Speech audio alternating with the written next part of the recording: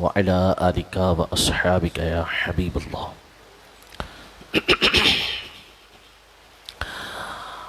اللہ جل شانہ نے سورہ ابراہیم اور سورۃ النحل دونوں میں ارشاد فرمایا وَإِن تَعُدُّوا نِعْمَةَ اللَّهِ لَا تُحْصُوهَا، کہ اگر تم اللہ کی نعمتوں کو شمار کرنے یعنی کاؤنٹ کرنے کے لیے جاؤ، گننے کے لیے جاؤ تو ان کو شمار نہیں کر سکتے۔ پھر ایک مقام پہ فرمایا ان اللہ لغفور الرحیم، بے شک اللہ پاک بخشنے والا رحم فرمانے والا ہے۔ اور دوسرے مقام پہ فرمایا ان الانسان لظلوم کفار، کہ بے شک انسان بہت زیادہ ظلم یعنی غلط کام کرنے والا اور بہت زیادہ ناشکرا ہے، کہ وہ ناشکری سے کام لیتا ہے۔ انسان کا یہ وصف اللہ پاک نے ذکر فرمایا کہ اس کا یہ ایک طریقہ کار ہے۔ نعمت اللہ پاک عطا فرماتا ہے، انعامات اللہ پاک عطا فرماتا ہے، اور اس کی نعمتوں میں کسی طرح کی کوئی کمی نہیں ہوتی۔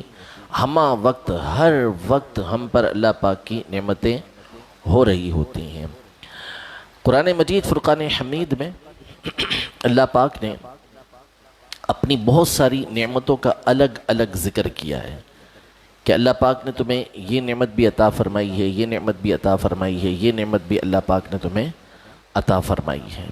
لیکن چند نعمتوں کا خاص طور پر اللہ پاک نے ذکر کیا ہے اور جگہ جگہ ذکر کیا کہ یہ نعمت اللہ پاک نے تمہیں عطا فرمائی۔ ان میں سے ایک نعمت ہے پانی۔ فرمایا وَأَنزَلْنَا مِنَ السَّمَاءِ مَاءً، کہ ہم نے تمہارے لیے آسمان سے پانی اتارا۔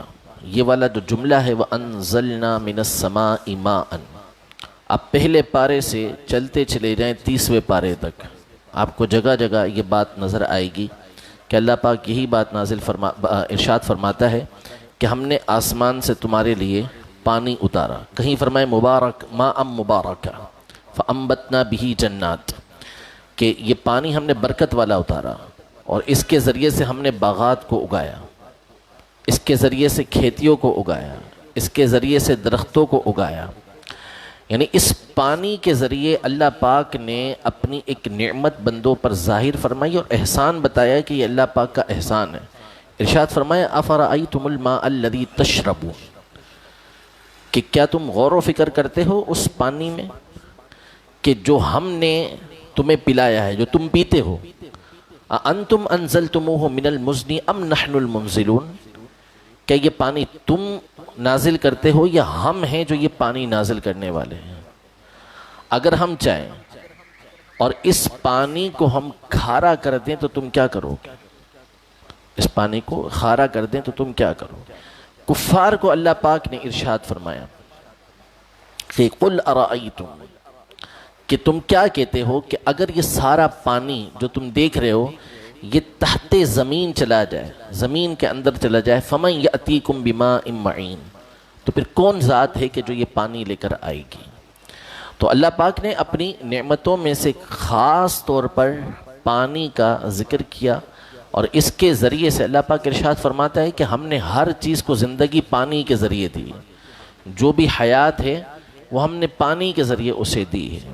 اتنی نعمتیں، ان میں سے ایک نعمت یہ پانی کی نعمت ہے۔ لیکن اصول اور ضابطہ یہ ہے، قانون قدرت یہ ہے کہ جب بندہ اس کی نعمت کی قدر نہیں کرتا، ناشکری کرتا ہے، تو پھر نتیجہ یہ نکلتا ہے کہ اس سے وہ نعمت دور ہوتی چلی جاتی ہے، اس سے وہ نعمت چھین لی جاتی ہے۔ تو اب ہمارے سامنے کہ پانی کی قلت، بارش کا نہ ہونا اور چشموں کا خشک ہو جانا، کنووں کا خشک ہو جانا، جس کی وجہ سے لوگ پریشانی کے اندر آئے۔ لیکن جب یہی لوگ جو آج پریشانی کے اندر ہیں، جو دشواری کے اندر ہیں، مصیبت کے اندر ہیں، انہی کو اگر پانی کے چشمے وافر مل جائیں، خوب پانی ملے، ابل ابل کے کنویں ان کے سامنے موجود ہوں، پانی خوب ابل رہا ہو، تو انہی لوگوں کو آپ دیکھیں گے کہ یہ پانی کو ضائع کر رہے ہوتے ہیں۔ یعنی ایک ایک قطرہ پانی کا جن کے نزدیک اس کی اہمیت ہوتی ہے، حیثیت ہوتی ہے، جب اللہ پاک اسے عطا فرماتا ہے تو پھر اس اہمیت اور حیثیت کو ہم بھول جاتے ہیں۔ ہمارا اپنا معاملہ ہوتا ہے کہ بعض اوقات پتہ چلتا ہے کہ بھئی اس ہفتے پانی نہیں آئے گا، فلاں دن پانی نہیں آئے گا، اب گھر میں ایک ہاڑا اڑی مچ جاتی ہے۔ ایک دو بندے ہوتے ہیں اس طرح کے جو سب کو تنبیہ کر کے رکھیں گے، سب کو ٹائٹ کر کے رکھیں گے، ذرا سا نل کھلے گا فوری طور پہ اسے کہیں گے کہ نہیں بند کرو، پانی کم استعمال کرو، اس طرح استعمال کرو، اس طرح استعمال کرو، روک کے استعمال کروائیں گے۔ لیکن جیسے ہی پانی وافر ہوگا پھر آپ دیکھیں کہ دھڑا دھڑ پانی یہ ضائع ہونا شروع ہو جائے گا۔ وضو کرنا، طہارت حاصل کرنا، پاکی حاصل کرنا شریعت مطہرہ کو بے انتہا پسند ہے۔ پاکی کو ہمارے دین کے اندر نصف ایمان قرار دیا گیا، ایمان کا حصہ قرار دیا گیا کہ پاکی حاصل کرنا یہ بڑی نعمت ہے۔ لیکن اس میں بھی زیادتی کرنا، پانی کو ضائع کرنا، یہ ہماری شریعت مطہرہ کو انتہائی ناپسند ہے۔ ایک صحابی رضی اللہ تعالیٰ عنہ ایک نہر پہ بیٹھ کر وضو کر رہے تھے۔ انہوں نے عرض کیا رسول اللہ صلی اللہ علیہ وسلم کیا نہر کے اندر بھی پانی میں اسراف ہوتا ہے؟ تو نہر میں اندر کیا فرق پڑتا ہوگا؟ تو پوچھا کہ پانی میں بھی اسراف ہوتا ہے؟ فرمایا ہاں نہر میں بھی اسراف ہوتا ہے۔ کہا ہاں اس میں بھی اسراف ہے۔ یعنی اسراف نہیں کسی چیز کو ضائع کرنا جس میں نہ دین کا فائدہ ہو نہ دنیا کا فائدہ ہو۔ ہمارا عام طور پہ جو ایک پانی انداز ضائع کرنے کا جو انداز ہوتا ہے، یہ جو حفاظت کرنا یہ ہر مسلمان پر لازم ہے۔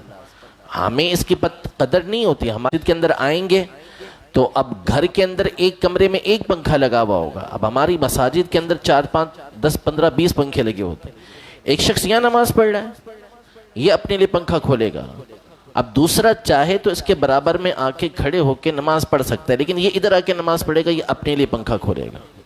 حالانکہ یہ چاہتا تو وہاں کھڑا ہو کے نماز پڑھ لیتا، اس کے لیے تھا بھی یہ حکم یہ کہ وہیں کھڑا ہو، تاکہ صرف مسجد کا نہیں اپنے گھر کا بھی معاملہ اسی طرح ہونا چاہیے کہ اس طرح مال ضائع کرنے کی شریعت اجازت نہیں دیتی۔ بھلے تھوڑا سا مال ضائع ہو، قلیل ہو، لیکن اسلام اس چیز کو پسند نہیں کرتا کہ تھوڑی چیز بھی یہ بلا ضرورت خرچ ہو۔ یہ تو میں نے چھوٹی اور بہت معمولی سی مثال دی۔ ہمارے یہاں تو بہت سے لوگوں کا معمول ہوتا ہے کہ اپنے گھر میں بھلے ایک انگلی سے وہ بٹن چالو کرتے ہوں گے، لیکن جب مسجد میں داخل ہوں گے تو ان کی 4 انگلیاں ایک ساتھ جو ہے وہ بٹن پہ آتی ہیں، اٹھا کر کے 4 بٹن کھلیں گے اور 4 پنکھے 4 لائٹیں وغیرہ سب چالو ہو گئے۔ بھائی کیوں چالو ہو گئے یار؟ بل فرض مان لیا، اول تو بل دیتے نہیں ہیں، بل میں پیسے دیتے نہیں ہوں گے، لیکن اگر دیتے بھی ہیں تو بھی شریعت اجازت نہیں دیتی کہ آپ اپنے گھر کے اندر بھی اس طرح کریں، اس کی شرعاً اجازت نہیں ہے۔ تو اتنا اس کی اہمیت ہے، اور وقف کی جب بات آتی ہے تو اس میں اور زیادہ اہمیت ہو جاتی ہے۔ تو جو وضو کا معاملہ ہے، بعض اوقات ہم وضو کرنے کے لیے آتے ہیں تو وضو کے اندر جیسے مثال کے طور پر ناک میں پانی چڑھانا یہ سنت ہے کہ بندہ ناک میں پانی چڑھائے۔ نبی پاک صلی اللہ علیہ وسلم کی سنت ہے کہ اس سے صفائی ستھرائی بھی رہتی ہے، بیماریاں بھی دور ہوتی ہیں، اور سب سے بڑھ کر بات یہ کہ نبی پاک صلی اللہ علیہ وسلم کی سنت ہے۔ اس کے لیے جو کتابوں کے اندر مقدار لکھی کہ آپ نے پانی کتنا لینا ہے ناک میں پانی چڑھانے کے لیے، تو وہ لکھا کہ آدھا چلو پانی یہ کافی ہے ناک میں پانی چڑھانے کے لیے، کہ اتنا پانی لیا، نل بند کیا اور ناک میں چڑھا لیا، سونگھ لیا کہ ناک میں پانی پہنچ گیا، تاکہ جو صفائی ستھرائی ہے وہ سب ہو جائے، یہ حکم ہے۔ لیکن آدھا چلو تو ہمارا تصور ہی نہیں ہے کہ اتنا پانی ہم یوز کرتے ہوں۔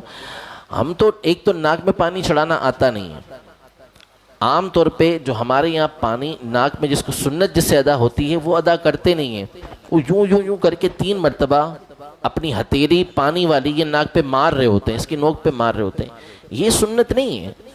آپ نے تھوڑا پانی لیا اور آپ نے ناک کے قریب کر کے سونگا، یہ سنت مبارکہ ہے۔ یہ نہیں ہے تھا کر کے یوں آپ جو مار رہے ہیں، اس سے کوئی فائدہ نہیں ہوگا۔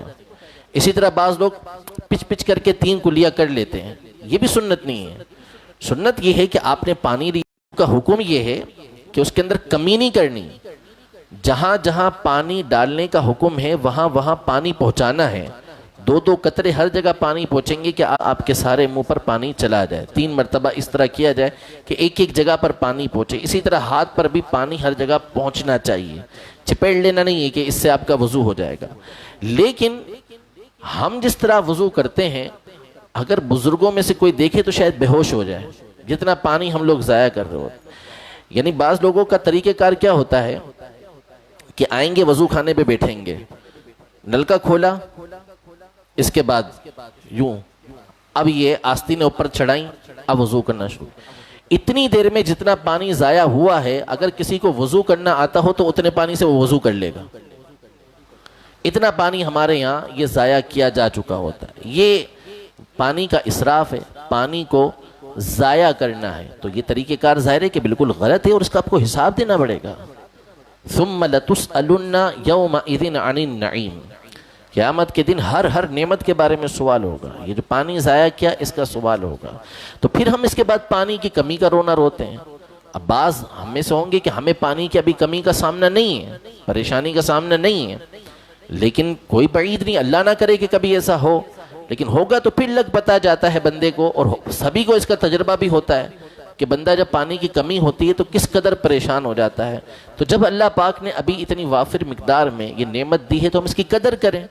قدر کریں گے تو انشاءاللہ تبارک و تعالی یہ آئندہ ہمیں اس موقع پر بھی فائدہ دے گا کہ جب ہم پانی کی اللہ نہ کرے کہ کبھی قلت کا شکار ہو جائیں.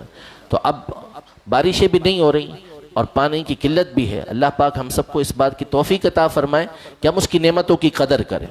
اور ساتھ ہی ساتھ شریعت مطہرہ نے, قرآن مجید فرقان حمید نے, نبی پاک صلی اللہ تعالی علیہ وآلہ وسلم نے اس کے حل بھی بتائیں اور اسباب بھی بتائیں کہ یہ ہوتا کیوں ہے. ایک حدیث پاک کے مطابق جب بندے گناہوں کی کثرت میں پڑ جاتے ہیں تو پھر نتیجہ یہ نکلتا ہے کہ بارش رک جاتی ہے. جب ان کے یہاں زنا کی کثرت ہوتی ہے, برے کام کی کثرت ہوتی ہے, تو پھر ان کے یہاں قحط پڑتے ہیں, قحط کے اندر بندے مبتلا ہو جاتے ہیں. تو ظاہر ہے کہ اب اس پر تو کوئی کلام ہی نہیں کر سکتا کہ ہمارے یہاں گناہوں کی کثرت کتنی زیادہ ہو چکی ہے, کتنے لوگ گناہوں کے اندر مبتلا ہیں, کون ہے کہ جو گناہوں سے بچتا ہے. تو ایک مرتبہ حضرت سیدنا امام حسن بصری رحمۃ اللہ تعالی علیہ تشریف فرماتے ہیں. تو ایک شخص آیا, اس نے آ کے کہا کہ بارشیں نہیں ہو رہی, پانی کی بڑی قلت ہے, اب کوئی وظیفہ کوئی عمل بتائیں. تو آپ نے کہا کہ استغفار کرو. استغفار یعنی اللہ پاک سے توبہ کرو, مغفرت طلب کرو, معافی مانگو. استغفر اللہ ربی من کل ذنب یا استغفر اللہ العظیم, یہ الفاظ اللہ پاک کی بارگاہ میں عرض کرو, اس سے معافی مانگو. تھوڑی دیر گزری کہ ایک اور شخص آیا, اس نے آ کے کہا کہ میرے یہاں اولاد نرینہ نہیں ہے, دعا کریں اور مجھے کو وظیفہ بتائیں. تو آپ نے فرمایا استغفار کرو, استغفر اللہ کہو, استغفار کرو. وہ بھی چلا گیا. پھر تھوڑی دیر کے بعد ایک تیسرا شخص آیا, اس نے آ کے کہا کہ ہماری کھیتیاں سوکھ رہی ہیں, باغات یہ سوکھ رہے ہیں, اس میں پھل نہیں ہے, کھیتی نہیں اگ رہی ہماری. تو آپ نے اس سے بھی فرمایا استغفار کرو. تو کسی نے عرض کی, طالب علم آپ کا بیٹھا ہوا تھا, کہ آپ نے بارش کے لیے بھی استغفار کہا, تھوڑی دیر کے بعد بندہ آتا ہے اولاد نرینہ کے لیے تو آپ نے اس کو بھی استغفار کہا کہ وہ بھی استغفار کرے. تیسرا بندہ آتا ہے, اس کی کھیتیوں کا مسئلہ ہے, تو آپ نے اس کو بھی کہا کہ استغفار کرو. تو آپ نے فرمایا کہ کیا تم نے قرآن مجید فرقان حمید میں حضرت نوح علیہ السلام کی یہ بات نہیں پڑھی کہ وہ اللہ کی بارگاہ میں یوں عرض کریں گے کہ اپنی قوم کو وہ حکم دیتے ہیں کہ فَقُلْتُ اسْتَغْفِرُوا رَبَّهُمْ, اپنے رب سے استغفار کرو. یُرْسِلُ عَلَيْكُمُ السَّمَاءَ, وہ تمہارے اوپر بارش نازل فرمائے گا. وَيَجْعَلْ لَكُمْ جَنَّاتٍ وَيَجْعَلْ لَكُمْ أَنْهَارًا فَقُلْتُ اسْتَغْفِرُوا رَبَّكُمْ إِنَّهُ كَانَ غَفَّارًا يُرْسِلِ السَّمَاءَ عَلَيْكُمْ مِدْرَارًا, کہ تم اپنے رب سے استغفار کرو, بے شک وہ بخشنے والا ہے, تم پر بارش بھی نازل فرمائے گا اور تمہیں بیٹے بھی عطا فرمائے گا اور تمہیں باغات بھی عطا فرمائے گا. یعنی استغفار کرو گے تو استغفار کرنے کی صورت میں اللہ پاک تمہیں یہ نعمت عطا فرمائے گا. تو نوح علیہ السلام نے یہ تینوں باتیں بیان فرمائیں. بارش بھی اللہ پاک استغفار کرنے پر نازل فرماتے ہیں, بندے توبہ کریں, اللہ کی بارگاہ میں حاضر ہو جائیں کہ اللہ ہم سے گناہ ہوئے ہیں, ہم نے تیری نافرمانی کی ہے، تیری نعمتوں کی ناقدری کی ہے، استغفار کریں، اللہ پاک بارش نازل فرمائے گا۔ اولاد نرینہ نہیں ہے تو اللہ پاک اسے اولاد نرینہ عطا فرمائے گا، لڑکا عطا فرمائے گا۔ حضرت امیر معاویہ رضی اللہ تعالیٰ عنہ کے پاس ایک مرتبہ حضرت سیدنا امام حسن مجتبی رضی اللہ تعالیٰ عنہ تشریف لے کر آئے، تو ایک شخص نے عرض کی کہ میرے یہاں اولاد نرینہ نہیں ہے، میرے لیے دعا کریں اور مجھے کو وظیفہ بتائیں۔ تو آپ نے فرمایا استغفار کرو۔ تو اس نے استغفار کرنا شروع کیا، وہ دن میں 70 سے زیادہ مرتبہ استغفار کرتا تھا، اللہ پاک نے اس نے 10 بیٹے عطا فرمائے۔ تو حضرت امیر معاویہ رضی اللہ تعالیٰ نے اس شخص سے کہا کہ تو نے پوچھا نہیں تھا ان سے کہ ایسا کیا ہے اس وظیفے کے اندر؟ تو کہا کہ قرآن مجید میں سورہ ہود میں اللہ پاک ہود علیہ السلام کا یہ قول نقل فرماتا ہے، ذکر فرماتا ہے کہ تم اپنے رب سے استغفار کرو تو وہ تمہارے بیٹوں کے ذریعے تمہاری قوت کے اندر اضافہ فرمائے گا، تمہیں بیٹے عطا فرمائے گا اور تمہاری قوت کے اندر اضافہ فرمائے گا، یعنی بیٹے زیادہ اللہ پاک تمہیں عطا فرمائے گا۔ تو یہ استغفار کے فوائد ہیں اور بہت سارے فائدے ہیں۔ بندے کو اپنے گناہوں کے لیے اللہ پاک کی بارگاہ میں استغفار کرتے رہنا چاہیے۔